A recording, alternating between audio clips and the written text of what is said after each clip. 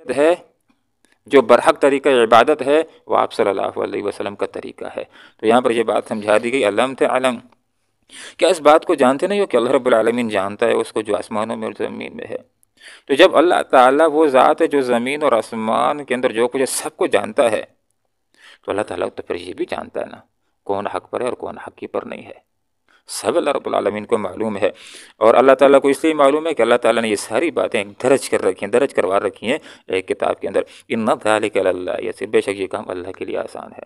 لوگوں کے لیے مشکل ہو سکتا ہے، ناممکن بھی ہو سکتا ہے، لیکن اللہ رب العالمین وہ ذات ہے جو علیم ہے،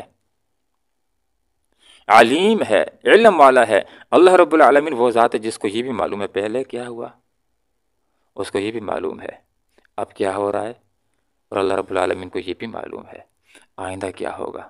یسیر، اللہ کے لیے یہ آسان ہے۔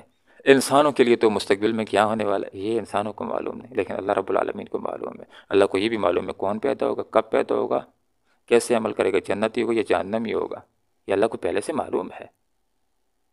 اللہ کو یہ بھی معلوم ہے کون کب پیدا ہوگا اور کیا برے کام کرے گا اور جہنمی ہوگا، یہ سب اللہ رب العالمین کو معلوم ہے۔ تو کون پر حق شریعت کے اوپر ہوگا اور کون حق کے لیے کوشش کرنے والا ہوگا، یہ سارا اللہ کو معلوم ہے۔ تو اللہ تمہارے درمیان فیصلہ کرے گا۔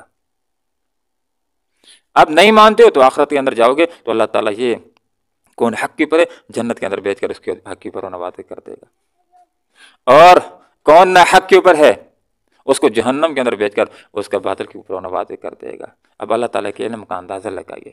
اللہ وہ ہستی ہے کہ جس کو یہ بھی معلوم ہے کہ اب سے پہلے کیا ہوا، جس کو یہ بھی معلوم ہے اب کیا، اور جس کو یہ بھی معلوم ہے کہ اب کے بعد کیا ہونے والا ہے۔ حدیث کا یہ مفہوم ہے کہ اللہ رب العالمین نے زمین و آسمان کی پیدائش سے 50,000 سال پہلے مخلوقات کی تقدیروں کو لکھ لیا تھا۔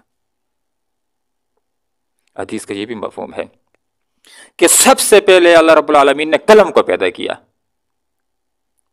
اور قلم کو اللہ رب العالمین نے ارشاد فرمایا لکھو۔ قلم نے کہا کیا لکھو؟ تو اللہ رب العالمین نے فرمایا جو کچھ ہونے والا ہے لکھو۔ تو قلم نے قیامت تک جو کچھ ہونے والا تھا سب کچھ لکھ دیا۔ اللہ رب العالمین وہ ذات بابرکات ہے۔ تو کیا علم تعلم، کیا تو یہ نہیں جانتا کہ ان اللہ یعلم، اللہ جانتا ہے ما اس کو فی السماء جو آسمان میں والارض زمین میں، سب کچھ اللہ تعالیٰ کو معلوم ہے۔ تو جب سب کچھ معلوم ہے تو یہ بھی معلوم ہے کہ کون پیدا ہوگا، کیا کرے گا، کون حق پر ہوگا، کون پیدا ہوگا کیا برے کام کرے گا، نہ حق پر ہوگا، وہ اللہ کو معلوم نہیں، سب اللہ کو معلوم۔ اور اللہ کے لیے یہ سب کچھ معلوم ہونا یسیر، یہ آسان ہے۔ اللہ تعالیٰ تو عالم الغیب ذات ہے، اس کو بھی جانتا ہے جو سامنے ہے، اس کو بھی جانتا ہے جو آنکھوں سے اوجھل ہے۔ یہاں پر